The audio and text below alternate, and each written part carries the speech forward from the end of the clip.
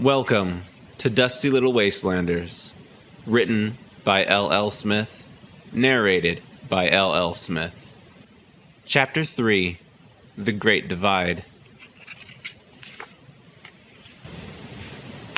The morning's chilled breeze kicked up dust on the dirt trail. We'd slept on a spot just a slight bit off the path. We'd used large rocks for cover through the night, and now their shadows provided cover from the sun's glare.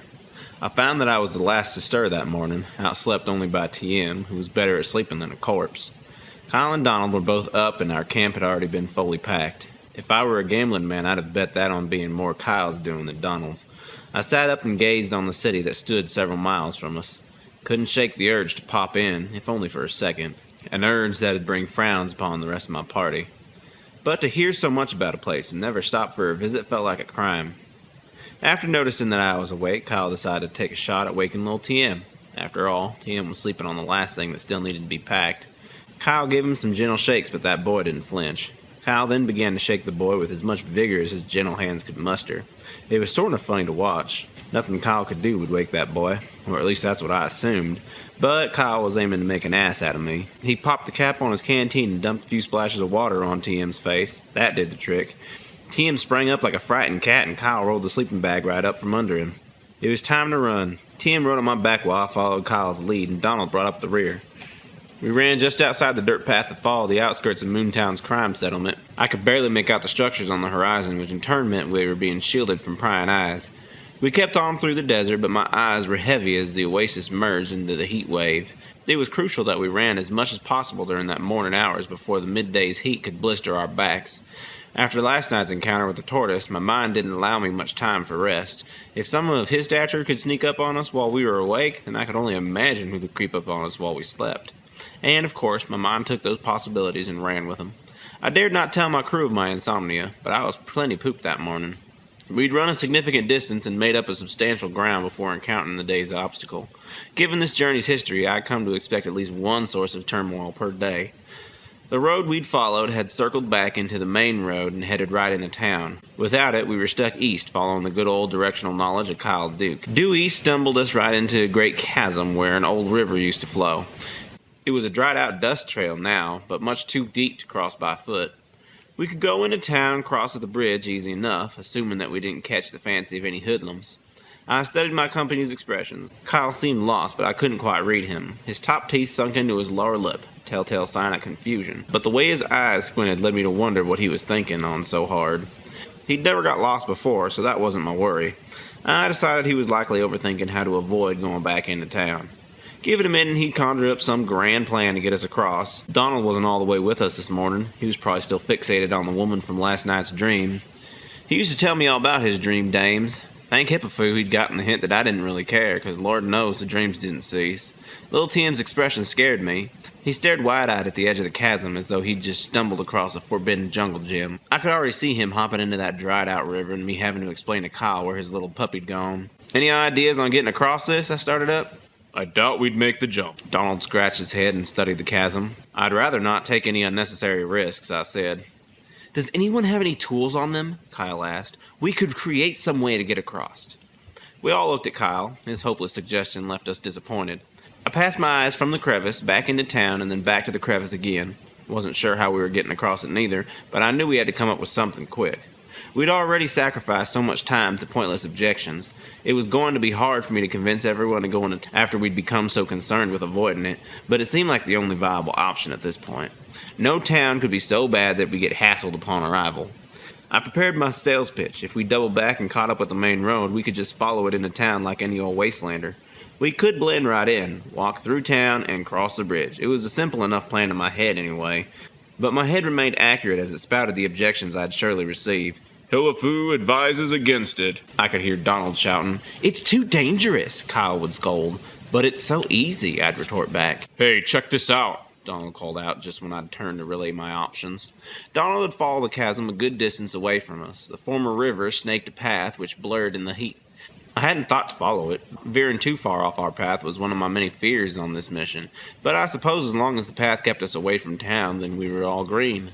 Tim grabbed Kyle's hand, and they were headed over to catch up with Donald. I followed close behind, only so excited about his findings. Our boots puffed dust clouds with each step that closed in the gap between Donald and us. We caught up to Donald, who stood beside a seemingly pointless spot. There was a tree on the opposite side of the crevice that had fallen in. That served as the only difference between this spot and any other spot between here and town. I failed to follow how this could be our way around, but I was anxious to hear what Donald had to say. This tree didn't fall into this chasm, Donald started. Look around us, His hands waved. We're in the midst of a desert. A mix of dirt and sand endlessly surrounding us from every side. No life, no vegetation, not even cacti. And yet this tree lies within this chasm. Donald began to preach. Why is that? It is because our great Lord Hickafu has placed it here to give us a means by which we can cross this obstacle. Pinning this on the Lord Hickafu was a bit of a stretch, I claimed. I'll bet it was dragged over here by a group of drug smugglers and used it as a way to get across into town while avoiding the bridge altogether. That is the Lord Hickafu, Donald corrected. Yeah, same dude, I scoffed. It's still a risky plan. What if we miss? A broken leg at the very least, Donald stated. Well, I started. I suppose it's this or crossing the bridge in town. Which do we feel more comfortable doing? We got this, Kyle claimed. It's a big tree. We'd have to really suck to miss it. Or you could just slip on your landing and miss, I said. All right then, come on kid, you're coming with me, Donald announced, approaching TM with an extended hand. TM's little fingers viced around Kyle's hand, and the kid bolted behind Kyle. He peeked his eyes out from around Kyle's hip. Donald, Kyle scolded, you're scaring him. If you want to climb the tree with that monkey on your back, then may the Lord Hickafu be on your side. For if he's not, I'm afraid it's your funeral. Donald scoffed, dismissing TM with a wave. We got this, Kyle repeated, with less confidence. Kyle, I scolded, I'd worry about you doing this without a child on your back. You're not doing this with TM on your back. I walked up to Kyle and squatted down to meet the wide eyes poking out from his side. Look, TM, I love my brother, and I'm figuring you do too. And it's out of love that I worry about him crossing this challenge with you on his back. TM looked down. I understood his disappointment. Look, you don't have to go with Donald. I get it. He creeps me out too. But you can't go with Kyle either. It's too dangerous. So, I ask that you take my hand and trust me to get you across this. Otherwise, you'll have to cross on your own. Those are your options. TM looked back up at me, all puckered lips, scrunched nose, and wiggling ears. I had to hold back a belly laugh while I suspected he weighed his options. It only took him a few seconds to resemble a normal face. He broke free of Kyle's familiar grip and his little hand floated toward mine, his trust clasped within it. His cold, sweaty fingers landed on my dirt sandpaper palm. I closed my hand around his and met his eyes for a second. There was a confidence in their green glow. I stood and we approached the pending obstacle. A couple steps later and we faced the crevice. He only looked back once to Kyle, and Kyle gave him a comforting nod. You ready, little TM? I asked. He nodded. I hoisted little TM up piggyback style. He wrapped his little arms around my neck and we were ready for takeoff.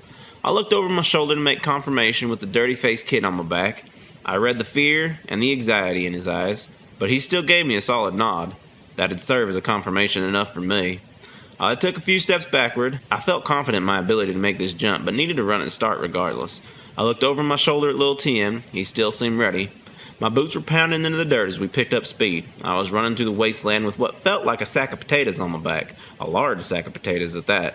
We came to the edge of the chasm and the excitement was flustering my thoughts. TM's scrawny arm strangled around my neck. He was hanging on for a flight.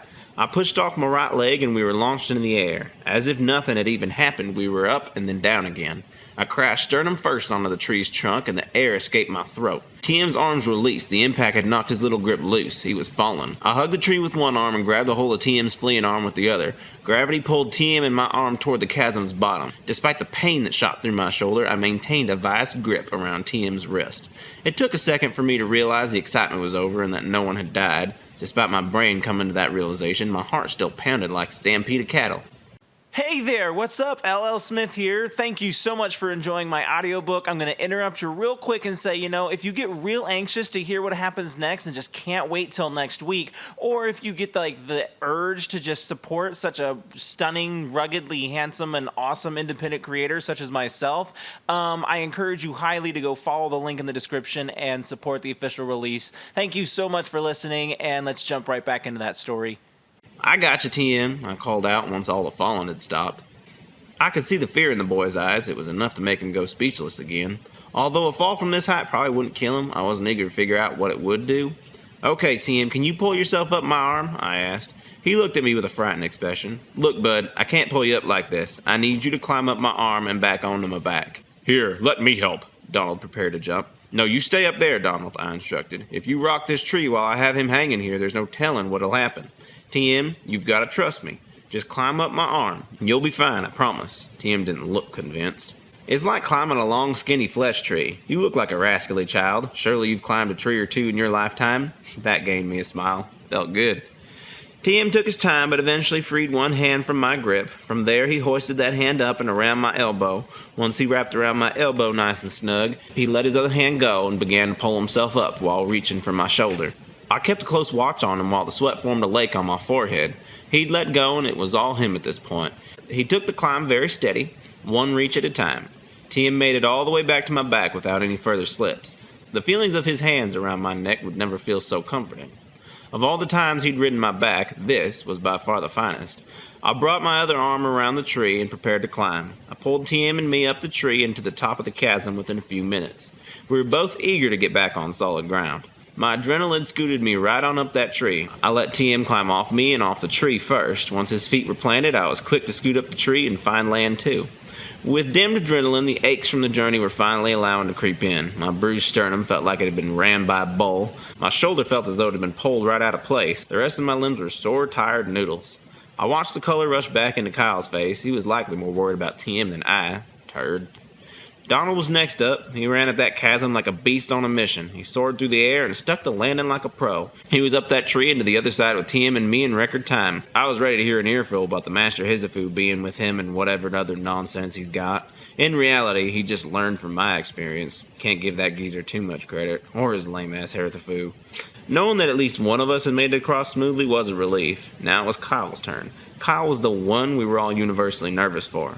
Kyle stood at the edge of the chasm, calculating the distance between himself and the tree. "We got this," he'd said. Yet he was the one who felt the need to thoroughly study this situation before jumping. Watching his overanalyzation was agonizing. You'd have thought he was aiming to cure the plague or something. He'd wind up for a jump, then stop, study some more, then wind up and stop, again and again. It was beginning to feel mischievous. It got to the point that when he finally did jump, our collective attentions were elsewhere. Unfortunately for Kyle, his jump turned more into a swan dive and he crashed face first against the bark. His head bounced off the trunk and he was knocked silly.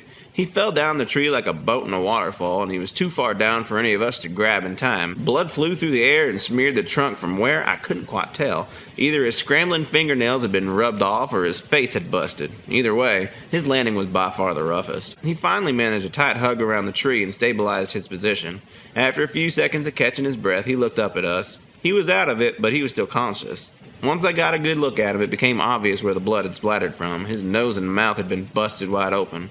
He was practically drinking his own blood. He started his slow climb up the tree. I couldn't tell if it was methodic or lethargic. Didn't really matter so long as he was making his way up the tree. Once he was close enough to both Donald and I, he extended a hand and we both pulled him back up to level ground. He was wobbly from the crack on his noggin. I was concerned. Should we keep traveling with him like this? "You okay, Kyle?" I asked him. "You look like you did a few rounds in a boxing ring."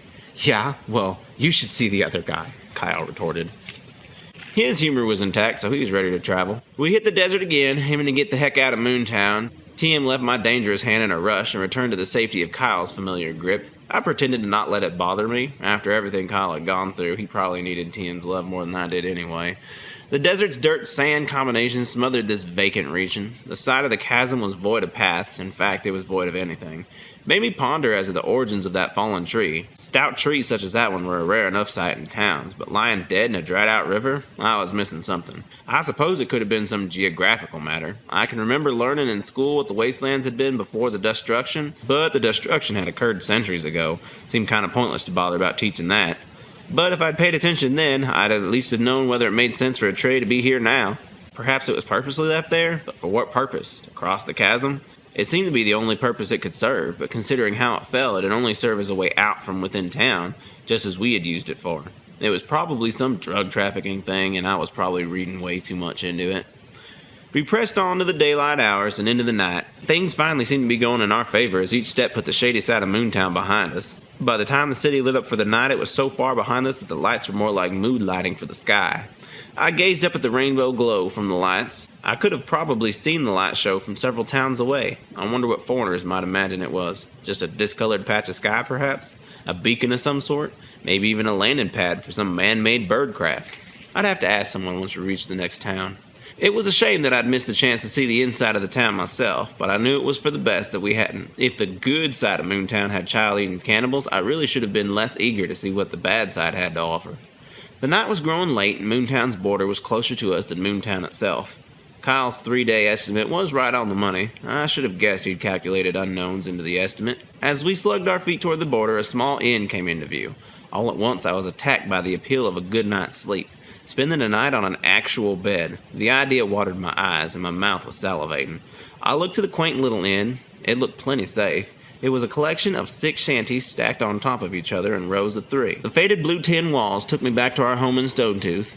That thick layer of dust, a brutal reminder of our hardships. Each shanty probably counted as one room, and the bottom middle shanty served as the main lobby. It was meant more for people getting into town rather than those about to leave. Those welcome inns were always reputable joints, though.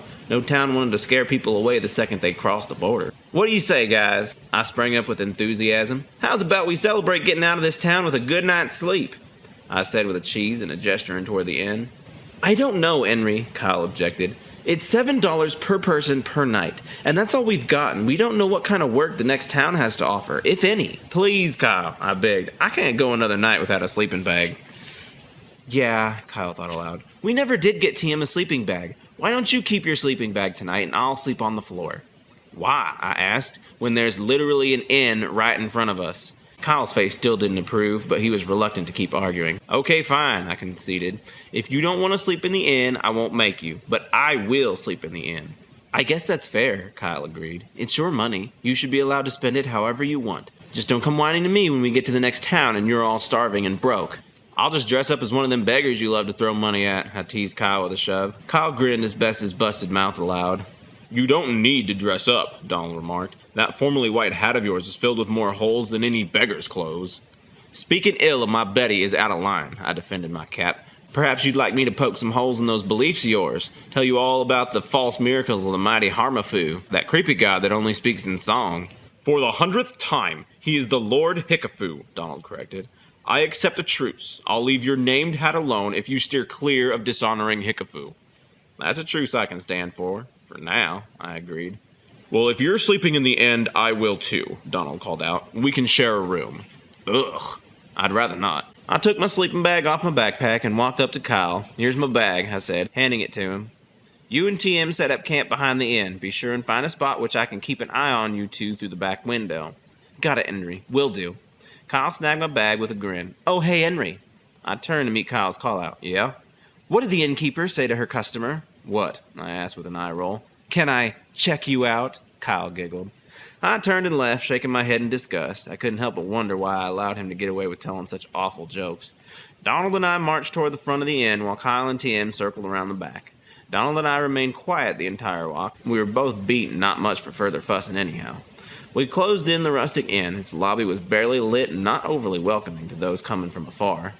We entered the lobby and the jumpy lady at the desk greeted us with a wave. It was a gloomy lobby with just 2 oil lamps on the desk. I could barely even see the woman who tended to it. Her scrawny frame followed us with studying eyes. The walls were covered in eccentric paintings. They all seemed abstract, but the colors and imagery were disturbing. Each image was a collection of black and white shapes with splatters of red. A deep blood red. If I had a better nose, I'd sniff it to check to see if it was real. I changed my focus and walked to the innkeeper, ready for my room, and that sweet, soft bed. No more rocks jabbing into my back, and a night void of nature's distractions. I deserve this. Hello, and welcome to Moontown. The jumpy woman's voice was bubbly. How many rooms do you need? We have 3 available. I just need 1, I grumbled. Oh, she pronounced with wide eyes. You're staying together? We are, Donald squeezed between us. Unless, of course, your room is open tonight. I get off at sunbreak. She leaned into Donald's gaze. I'll be there, he winked. Can we get our keys, please? I interjected. Of course, she replied.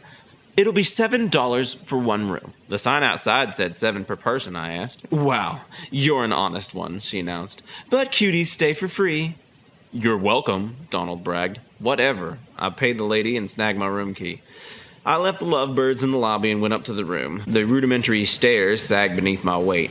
I weighed a quarter of Donald. Poor bastard probably break the steps. Although if he had things his way, he wouldn't be traveling these stairs at all tonight.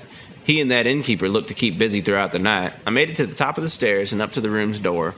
My mind was overcome with thoughts of bed. Nice, fluffy, springly, cloud-like bed. I swung the shanty door open, and there sat 2 glorious beds. Oh, the grin on my face could not have been wider. I threw myself onto that mattress and about busted a hip. Damn thing was stiff as hell, like lying on a bed of wood. What a fool I'd been made. I paid money for this? I would have had better rest sleeping in my bag. Oh, but that's right, I didn't have a sleeping bag because I could never remember to get TM his own bag.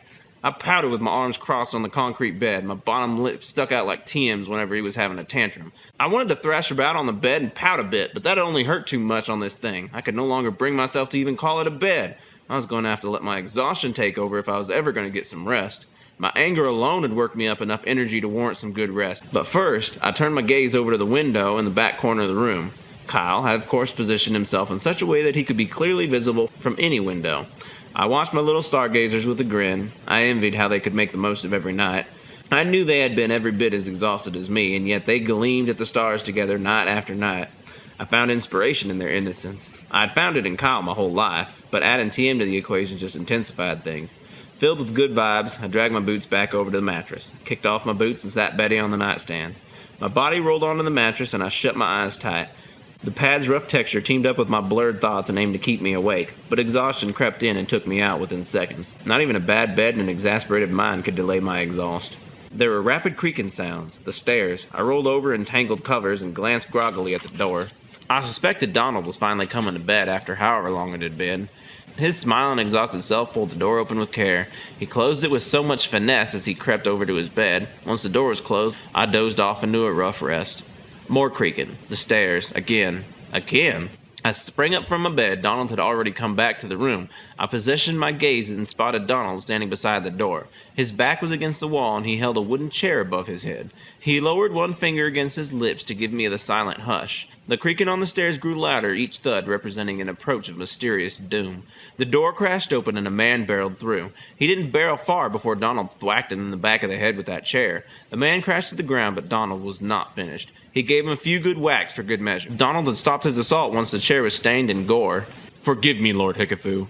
Donald dropped to his knees and prayed over the body of the life he'd freshly ended. The commotion continued. Our intruder had been vanquished, and yet I could still feel unrest. There was a hushed commotion in the air. It hit me all at once. I leapt from my bed and headed straight for the window. They were gone. Every sight of them. Gone. I snagged Betty off the nightstand and practically jumped into my boots. I turned back towards the door, fixing to bolt out. I had to find my stargazers. "Hold on," Donald said. I didn't listen. "There's another one out there," he called out to my fleeting self. My booted feet smashed against the steps. One crumbled, I stumbled, but I kept my pursuit. I snapped around the corner into the backside of the inn and searched with frantic glances. My little stargazers were gone. Their empty sleeping bags lay wrinkled against the dirt. Their half-eaten cans were scattered around the ground. How long had I slept? It was still night, or maybe morning? What happened? What had I missed? I swirled around in an immediate area just like my thoughts in my head. The back of the inn looked upon a vast nothingness. There was nowhere to hide. I needed to find a viable hiding spot because the other option was too grim to withstand. All I saw was a stretch of desert, the Moontown border, and more sand leading out to the wasteland. "Kyle!" I finally cried out. After the echo died out, the scene fell silent again. I could hear footsteps behind me. I turned to confirm. It was Donald. "Kyle, where are you?" I called out again. Still nothing. This time, however, I did catch a glimpse of movement out by the border gate. I sprinted, no thoughts, no reasoning, just shuffling feet. I had no idea what I'd seen by that wiry gate. Had I even seen anything? Did my mind just conjure up movement to give me false hope? Am I running towards danger or sanctuary, acquaintance or enemy? I didn't care. I was running towards it. The movement seemed to persist, which is a good sign that it wasn't something sourced from my imagination. As I grew closer, I could make out the movement of another figure running towards me.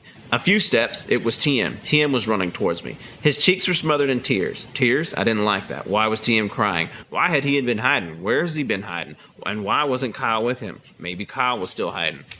"Where's Kyle?" I shouted. TM didn't answer, but his tear-filled eyes jammed answers into my head. "Where's my brother?" I asked again. TM shrugged. The back of my knuckles lashed out against his lips. It slapped like a whip. Instant regret. But I couldn't undo what I'd done. I didn't want to see it in young TM's face, but it was there. The sting of betrayal glared red against his lips with the brand of my backhand written all over it. But worst of all was the knowledge he'd gained. TM now knew that I blamed him for what had happened. A guilt I could not deny. In that moment, I knew we wouldn't be here if TM had never taken a liking to Kyle. If I'd left TM to the Canwells back in town, Kyle and I would still be happy in each other's company still. I was in emotional shock, and I was carrying out as if little TM had wanted Kyle to be taken away. I was mad, but that wasn't fair. I reached out for an apology, but little TM made a beeline for Donald. I knew what I'd done was beyond repair. I watched through tear-soaked eyes as TM ran for Donald. Donald sprinted as fast as he could to catch up with the situation. I dropped to my knees, sobbing like a baby. "Where's my brother?" I cried out. Donald approached my broken self with TM in hand and too few answers. He studied me as I knelt crumbled on the ground. I looked up to TM. He cringed and hid behind Donald. I'm sorry, Enry," Donald said. I have no idea what just happened, or who they were. I heard them talking outside our room and acted, but I did hear them say that they were headed east after this. It also sounded like they were after TM, but grabbed Kyle instead. Perhaps the man who took Kyle was the other man outside our room? In that case, we should probably head east too. I prayed that Hikafu would leave my side to join Kyle's side, so I know he's in good hands. I heard what Donald said, but I didn't understand it. My mind was gone. I was replaying precious memories of Kyle in my head. How he'd cried himself to sleep night after night when Mom died. Daddy and I were there for him every night. How I always got lost when trying to read a map, but he'd always step in and make sense of it in no time. His face, Mom's face, and how they were one and the same. Walking home from school together when he was in kindergarten. Our goofy people-to-animal comparisons. His terrible jokes. The better years, when we were a full family. Mom, Daddy, Kyle, and me. Those days felt long gone now. Too long gone, and too unfair. And now it was just me. It couldn't be. All alone in this world? How did I fail so completely? I botched my only remaining family and was stuck with his fans as replacements. Kyle found the good in everyone and everything. He did more than see good. He actively pursued it and found it. A trait I'm more than envied in this moment. End of Chapter 3.